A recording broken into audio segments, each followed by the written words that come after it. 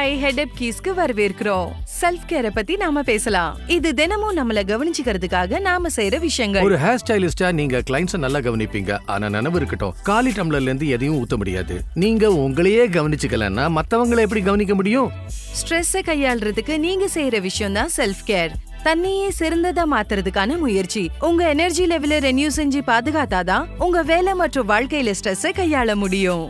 இது பர்சனல் விஷயம், அதனால ஒவ்வொருத்தருக்கும் வித்தியாசமா இருக்கும். சில சமயம் நீங்க கவனிச்சிருக்கலாம், உங்க மனசு அமைதியாகாது, நாள் முடிஞ்சாலும் அப்படியே இருக்கும். இல்ல அடுத்த நாள் காலையில இருந்து நீங்க மனசுல ஒரு பாரத்தோட நாள் முழுக்க இருக்கிற வேலைய பத்தி யோசிப்பீங்க. இந்த மாதிரி நேரத்துல தான் நீங்க ஸ்ட்ரெஸ் சைக்கிள உடைக்கணும். செல்ஃப் கேர் ரூட்டீனை உருவாக்கினா உங்க நர்வஸ் சிஸ்டம் அமைதியா இருக்கும், உங்க இன்னர் ஸ்ட்ரென்த்தும் அதிகரிக்கும். நாம உடம்புல இருந்து ஆரம்பிப்போம். இது ஈட்டிங், ட்ரிங்கிங் மற்றும் மூவிங் சம்பந்தமானது. உங்களுக்கு ஒர்க் அவுட் ஆகிற விதத்துல நாங்க சொல்றது எல்லாமே உங்களுக்கு சாதகமா அமையாது. அதனால வெவ்வேறு விஷயங்களை ட்ரை பண்ணுங்க, உங்களுக்கு சூட் ஆகுற மாதிரி. எல்லாருக்கும் ஆரோக்கியமா சாப்பிடுறதுக்கு அர்த்தம் வித்தியாசமா இருக்கும். சோ இங்க நாம இப்ப மீல் பிளான்ஸ பத்தி பேச போறது இல்ல. அதுக்கு பதிலா நீங்க ஆரோக்கியமா ஏன் சாப்பிடணுங்கிறதுல கவனம் செலுத்த போறோம். உங்க டைஜஸ்டிவ் ட்ராக் பிரெயின் கெமிஸ்ட்ரியை பாதிக்கும். உங்க மூளைக்கும் குடலுக்கும் இடையே முன்னும் பின்னும் பயணிக்கும் லட்சக்கணக்கான நரம்புகள், ஹார்மோன்ஸ், கெமிக்கல்ஸ்க்கு நாம நன்றி சொல்லணும். உங்களுக்கு தெரியுமா 90% செரோட்டோனின் உங்க வயித்துல உற்பத்தி ஆகுதுன்னு? செரோட்டோனினை ஹாப்பி ஹார்மோன்னு சொல்லுவாங்க. அது உங்க மனநிலைய பாசிட்டிவ் ஆக்கும். நம்ம உடம்புல இருக்கிற நோய் எதிர்ப்பு சக்தியில சுமார் 70% குடல்ல இருக்கு. உங்க டைஜஸ்டிவ் சிஸ்டம் நோயை எதிர்த்து போராட உதவுது. வயிறு எரிச்சலா இருந்தா அது மூளைக்கு சிக்னல் கொடுக்கும், அதனால ஆங்ஸைட்டி, டிப்ரெஷன் வர வைக்கும். ஒரு குறிப்பிட்ட நாள்ல சாப்பாட்டுக்குன்னு அட்லீஸ்ட் 20 நிமிஷம் பிரேக் எடுத்துக்கங்க. இதனால உங்க ப்ரொடக்டிவிட்டியும் கிரியேட்டிவிட்டியும் அதிகமாகலாம். அதே நேரத்துல உங்க ஸ்ட்ரெஸ்ஸும் ஃபேட்டிகும் குறையலாம். அதனால லாங் ரன்ல நாம நிறைய சாதிக்க முடியும். இப்படி செய்யறது மீல் தயார் செய்ய உதவுது. ஆனா உங்களை போல பல ஹேர் எக்ஸ்பர்ட்ஸ்க்கு இது தெரியும். ஃபுல் லஞ்ச் பிரேக்குக்கு போதுமான நேரம் கிடைக்காது. சோ பிளானிங் பண்ணுங்க, ஆரோக்கியமான ஸ்நாக்ஸை எப்பவும் ரெடியா வச்சுக்கோங்க. இதனால உங்க பிளட் சுகர் லெவல் சரியா இருக்கும். அதனால உங்களோட மனசுலயும் ஏற்றம் இறக்கம் இருக்காது. பலவிதமான உடல் செயல்பாட்டுக்கு தண்ணீர் முக்கியம். நம்ம உடம்புல இருந்து கழிவுகளை வெளியேற்றதுல இருந்து மூட்டுகளை பாதுகாக்கிறது வர நம்ம மென்டல் ஹெல்த்லயும் இதுக்கு ஒரு முக்கியமான பங்கு இருக்கு. குறைச்சலா தண்ணி குடிக்கிறதுனால டிப்ரெஷன் மற்றும் ஆங்ஸைட்டி 2 மடங்கு அதிகரிக்கும்னு ஒரு ஆய்வு சொல்லுது. நம்ம மூளை பெரும்பாலும் தண்ணியால ஆனது. சோ நம்மளோட உடம்புல தண்ணி குறைஞ்சா நம்மளோட யோசிக்கிற தன்மை, ஞாபக சக்தி, அப்புறம் வேலைகளை கவனமா செய்யறது பாதிக்கும். உடம்புல தண்ணி குறையறதால சில அறிகுறிகள் சோர்வா இருக்கும், கவனிக்க முடியாது. அப்புறம் தோல்லையும் நீரிழப்பு அறிகுறி தெரியும், அதாவது உதடு வறண்டு வெடிச்சு போறது. உங்கள நிறைய பேர் சலூன்ல பிஸியா இருக்கிறதுனால தண்ணி குடிக்க மறந்துடுறீங்க. இதை நாம மாத்துவோம். 1 லிட்டர் தண்ணி பாட்டில எடுத்து வச்சுக்கோங்க. இது எடுத்துக்கிட்டதும் தண்ணி குடிக்கிற பழக்கத்தை உருவாக்குங்க. ஒவ்வொரு கிளைண்டோட வேலை முடிஞ்சதும் இல்ல புதுசா கலர் மிக்ஸ் பண்ணும் போதெல்லாம் ஒரு நாளைக்கு அட்லீஸ்ட் 2 லிட்டர் தண்ணி குடிக்கணும்னு டார்கெட் வச்சுக்கோங்க. எல்லாருக்கும் தெரியும் எக்ஸசைஸ் நல்லது. நம்ம நகர்றப்ப நல்லா ஃபீல் ஆகும், எக்ஸ்ட்ரா எனர்ஜி கிடைக்கும். இது கவலை, டிப்ரெஷன் வர்றதையும் குறைக்கும். ஏன்னா இது உடம்புல செரோட்டோனின் அதிகமா சுரக்க உதவுது. ஹாப்பி ஹார்மோன் ஞாபகம் இருக்கா?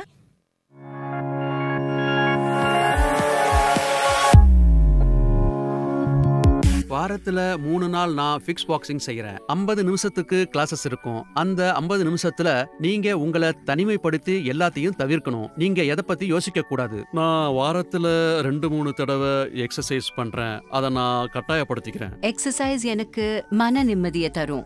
நான் பீஸ்ஃபுல்லா நல்ல விதத்துல நாளை ஸ்டார்ட் செய்வேன். நீங்க ஃப்ரெஷ்ஷா இருக்கணும், எனர்ஜியா இருக்கணும், இதெல்லாம் உங்க மூளையில தான் இருக்கு. உங்க மூளை நல்லா இருந்தா உங்க உடம்பும் நல்லா தான் இருக்கும். ஹேர் ட்ரெஸ்ஸிங் ரொம்பவே கஷ்டமான வேலை. அதோட அதுல வித்தியாசமான பிசிக்கல் சேலஞ்சும் இருக்கு. நீண்ட நேரம் ஒரே இடத்துல நின்னுக்கிட்டு ஒரே மாதிரி வேலையை திரும்ப திரும்ப செய்யறது. இதனால மஸ்குலோஸ்கெலிட்டல் டிசார்டர்ஸ் அல்லது MSD வரலாம். அதாவது மூட்டு, முதுகு இல்ல கால்வலி. இன்ஃபேக்ட் ஹேர் ட்ரெஸ்ஸஸ்களோட 75% ஆக்குபேஷனல் டிசீசஸ் MSD தான். நிறைய பேருக்கு கரியர்ல ஏதாவது ஒரு கட்டத்துல நீண்ட நாள் வலி இருக்கும். எனக்கு இருந்தது. இந்த நிலைமை வரணும்னு நான் நினைச்சதில்ல. ஒரு நாளைக்கு நாம கொஞ்ச நேரம் அசைஞ்சா கூட நாம நமக்கு MSD வர்றத தடுக்க முடியும். சலூன்ல பல மணி நேரம் செலவழிச்சாலும் உங்க வாழ்க்கையில மூமெண்ட் கொண்டு வர சில வழிகள் இருக்கு. ட்ரை பண்ணி பார்க்கலாம். தொடர்ச்சியா அசைற பழக்கத்தை உருவாக்குறது உங்க உடம்ப நல்லா வச்சுக்கிறதுக்கு ரொம்ப முக்கியம். இத செய்ய உங்க நல்ல கொஞ்ச நேரம் தான் தேவை. வேலையை ஆரம்பிக்கிறதுக்கு முன்னாடி கொஞ்சம் சின்ன வார்ம் அப் செய்யுங்க. எக்ஸசைஸ செய்யும் போது நல்லா சுவாசிக்க நீங்க மறக்காதீங்க. ஆழமா ஆனா மெதுவா மூச்சை இழுத்து வெளியே விடுங்க. கழுத்துல இருந்து ஆரம்பிக்கலாம். மெதுவா ஒரு பக்கம் திரும்பி கொஞ்ச நேரம் அப்படியே இருங்க. இப்ப இன்னொரு பக்கம் தலைய திருப்பி அப்படியே இருங்க. இந்த மூமெண்ட்ட 15 செகண்ட் ரிப்பீட் பண்ணுங்க. உங்க தலைய மெதுவா திருப்புங்க. கழுத்து தசைகள் சுளுக்கு பிடிச்சுக்க கூடாது. இப்ப காத தோல் கிட்ட கொண்டு வந்து அப்படியே இருங்க. இப்ப தலைய மறுபக்கம் சாச்சு உங்க காத தோல் கிட்ட கொண்டு வாங்க. இந்த மூமெண்ட்ட 15 செகண்ட் ரிப்பீட் பண்ணுங்க. அடுத்தது தோள்களை கவனிக்கலாம். மெதுவா தோலை முன்னோக்கி 15 செகண்ட் சுத்துங்க. அடுத்தது தோலை பின்னோக்கி மெதுவா 15 செகண்ட் சுத்துங்க. இப்ப மணிக்கட்டுகளை கவனிக்கலாம். உங்க விரல்களை பின்னி மணிக்கட்டுகளை சுழற்றுங்க 15 செகண்ட்ஸ்க்கு. அடுத்து உங்க கைகளை இடுப்புல வைங்க. இடுப்ப ஒரு திசையில 15 செகண்டுக்கு சுத்துங்க. இதை இன்னொரு திசையில 15 செகண்டுக்கு ரிப்பீட் பண்ணுங்க. கால்களை இணைச்சி நேரா நில்லுங்க. கைய தோள் அளவுக்கு உயர்த்தி விரல்களை பின்னி பிடிங்க. இப்போ உங்க உள்ளங்கைய முன்னாடி தள்ளி முதுக வளைங்க.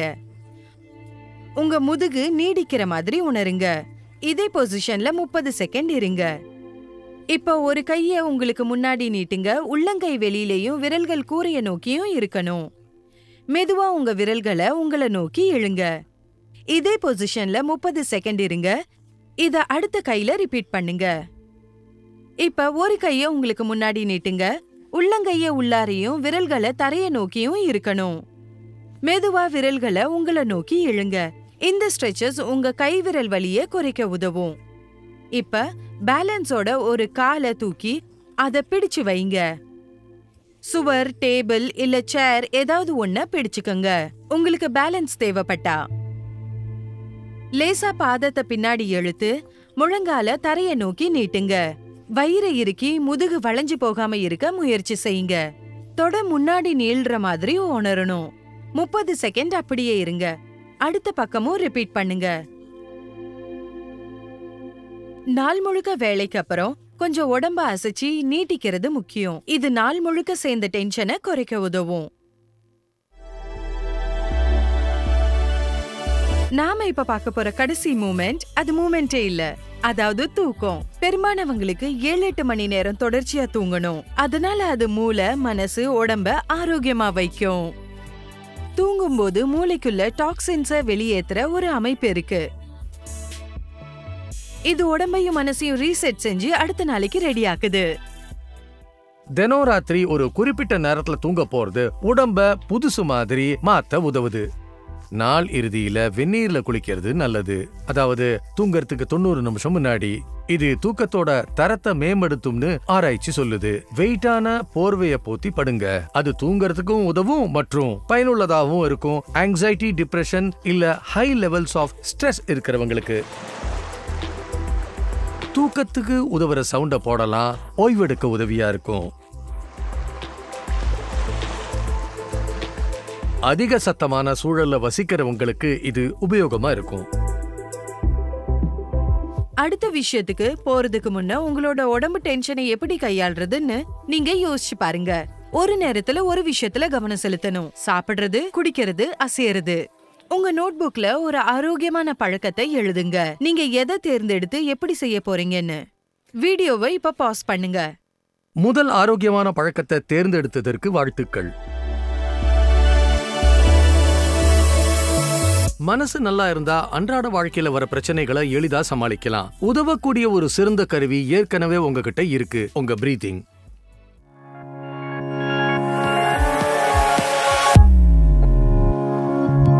நிறைய நேரத்துல அமைதியா இருக்க, கவனம் செலுத்த நான் மெதுவா மூச்சு விடுறேன். சில சமயம் நாளை சமாளிக்க நினைச்சா நான் என்ன மெதுவாக்கி சுவாசிப்பேன்.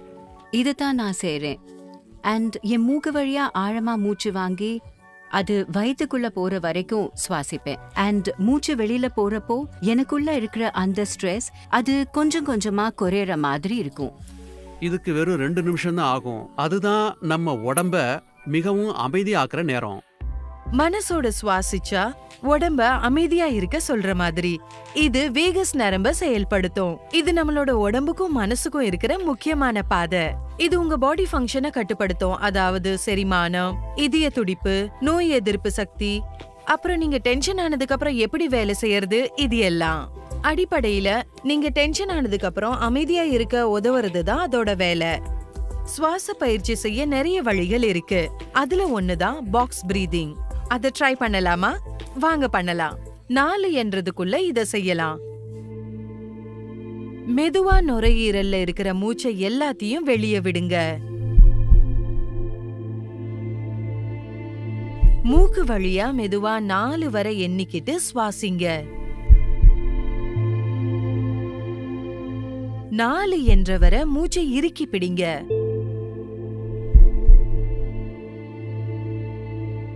4 என்ற வரை மூச்சை விடுங்க. திரும்பவும் 4 என்ற வரை மூச்சை இழுங்க. இப்படி 3-4 ரவுண்ட் செய்யுங்க.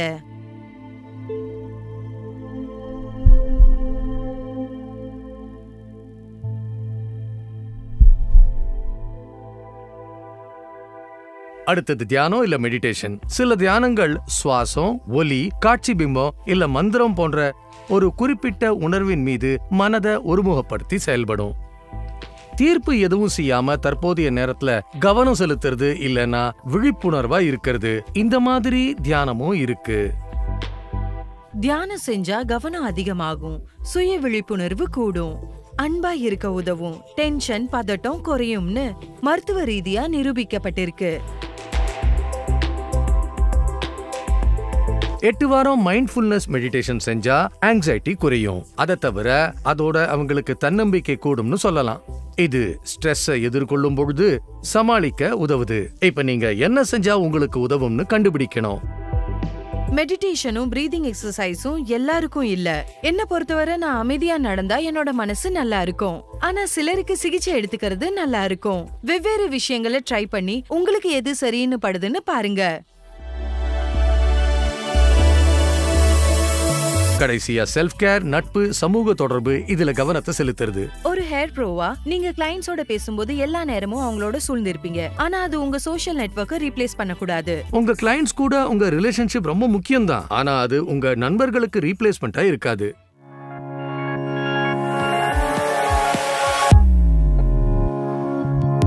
என்னை சுத்தி நிறைய பேர் இருக்காங்க.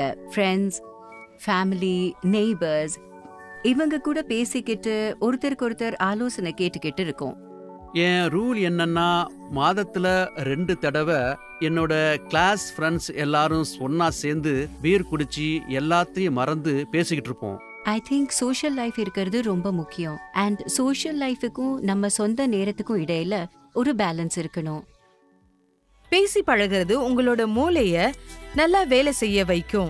அதோட சந்தோஷமா ஆரோக்கியமா இருக்க வச்சிருக்கோம். நீண்ட நாள் உயிர் வாழவும் உதவும். சோஷியலைஸ் செஞ்சா தனிமையை குறைவா உணர்வோம். தனிமை நம்ம ஆரோக்கியத்துக்கும் பாதிப்பை ஏற்படுத்தலாம். இதனால மனநலம், தூக்கம், இதய பிரச்சனைகள் இப்படி அதிகமாவே பல பிரச்சனைகள் வர நமக்கு வாய்ப்பு இருக்கு. அது நமக்கு தேவையில்லை. சின்னதா ஆரம்பிங்க. வாரத்துல ஒரு நாள் நண்பர்களை நேர்ல சந்திக்க திட்டம் போடுங்க. இந்த 3 செக்ஷன்ல இருந்து ஒண்ணுக்கும் ஒரு செல்ஃப் கேர் டிப் எழுதுங்க. உடல், மனம் மற்றும் சமூகம். அது உங்களுக்கு பொருந்தும். உங்களுக்கு எப்படி சூட் ஆகுற மாதிரி பிராக்டிஸ் பண்ணலாம்னு எழுதி பாருங்க. இப்ப உங்களுக்கான தனிப்பட்ட செல்ஃப் கேர் ரூட்டீன் உருவாக்க உதவும் விஷயங்கள் இருக்கு. சந்தோஷமா உங்களுக்கு பொருந்துற வெவ்வேறு விஷயங்களை ட்ரை பண்ணுங்க. நம்ம ஹேபிட்ஸை மாத்துறது ஈஸியான விஷயம் இல்ல. நேரம் எடுத்து தொடர்ச்சியா செய்யறது தான் ரொம்ப முக்கியம். தினமும் சின்ன சின்ன முயற்சியை செய்யறது அப்பப்ப பெரிய முயற்சி செய்யறதை விட ரொம்ப அதிகமா மதிப்புடையது. அடுத்த முறை ஹெட் அப் கீஸ்ல பார்க்கலாம்.